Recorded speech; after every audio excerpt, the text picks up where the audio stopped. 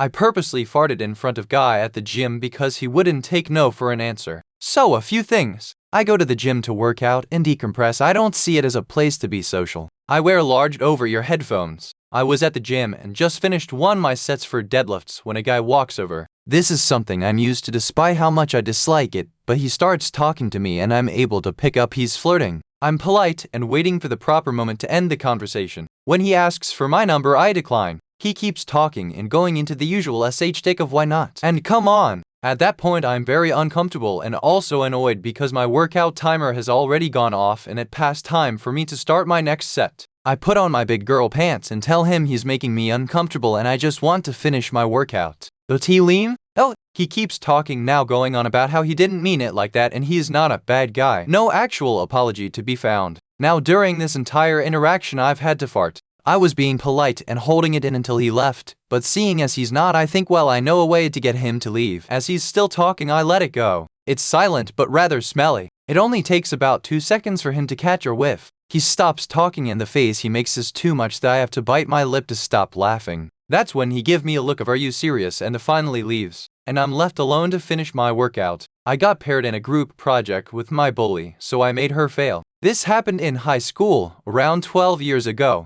There was a girl, we'll call her Alex, that used to bully me non-stop. Alex and I actually used to be friends in elementary school, but out of the blue she decided she was too cool for me, so she felt the need to bully me. She used to whip coins at me on the bus so I'd get little welts. She'd have her male friends call me and ask me out as a joke, and she'd point and laugh at me in the hallway, which I thought only happened in movies because honestly that one is pathetic. She made my life absolutely miserable. High school comes around and guess who has to sit next to her in Spanish class?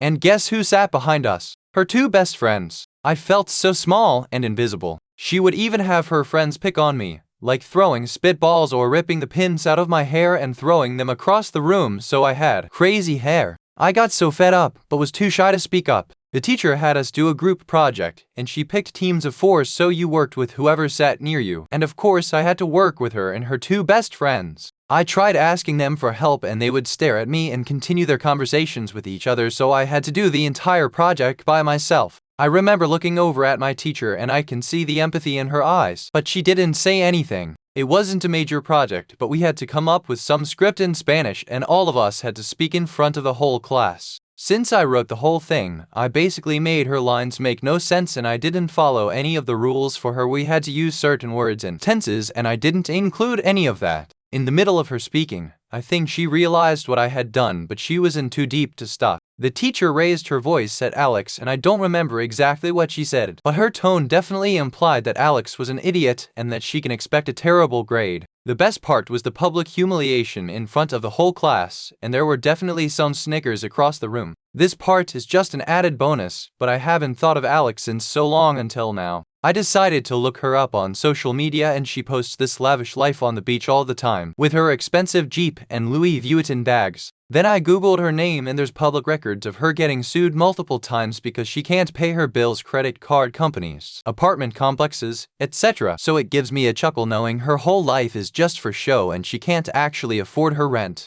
No hate to anyone that's struggling financially, but when you're buying designer items, maybe worry about paying your bills first. PettyRevenge is a gas station manager. I was a gas station manager for 7 years. The first place I was managing was a small place. There was a small apartment building behind us that had 5 apartments. Many days I would come in and have to clean up trash from around the dumpster where they would throw their trash but not put it in the dumpster. Never could figure out where it came from but did complain to the property manager about it. Nothing changed. One morning I come in and it was disgusting. They threw the bag in untied and it was hanging off the side, all the trash on the ground.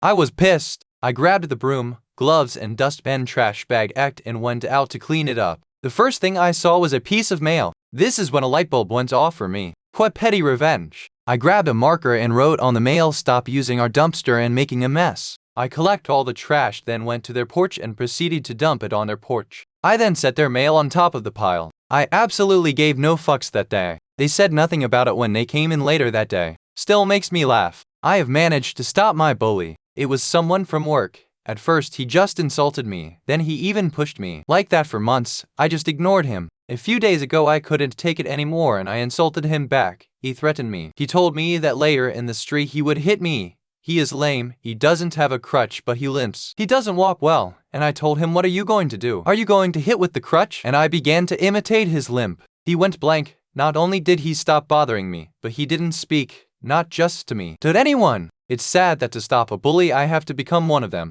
How to annoy your shower-loving sibling. SSW was staying with a friend over the weekend, which reminded me of this. When I 31F was 16, my younger sister, who was 14, and I used to squabble over the shower at our parents' house. We used to shower in the evenings and would want to leave enough time for our hair to dry naturally, e.g., without using a hair dryer before we went to bed. My sister developed an annoying habit of taking Hadges in the shower to the point where she got there first. I'd only have an hour or two before I went to bed. Especially in the colder months, this sometimes wasn't enough for my hair to dry fully. Anyway, the main shower at my parents' house was notoriously fiddly to get the right temperature. My older brother normally showered in the mornings and preferred a colder shower, and it was a bit annoying to get the temperature up to something more comfortable for us delicate little siblings. What also didn't help was that if someone turned a hot tap on somewhere else in the house, the temperature would drop and not reset itself back to whatever was originally selected. After a few instances of going to bed with slightly damp hair, I decided something had to be done. So, I waited until my sister was mid-shower, and then went to the downstairs bathroom and turned the hot tap on just a little bit, for 15 seconds or so. I do this 5 or 6 times over the next 10-15 minutes, usually until I heard the goddammit from the shower upstairs. Sometimes, if I was feeling particularly petty, I'd use the kitchen sink, which was pretty much a fire hose. The shower would go ice cold immediately, and the yelp from my sister upstairs would usually put me in a good mood for the rest of the evening.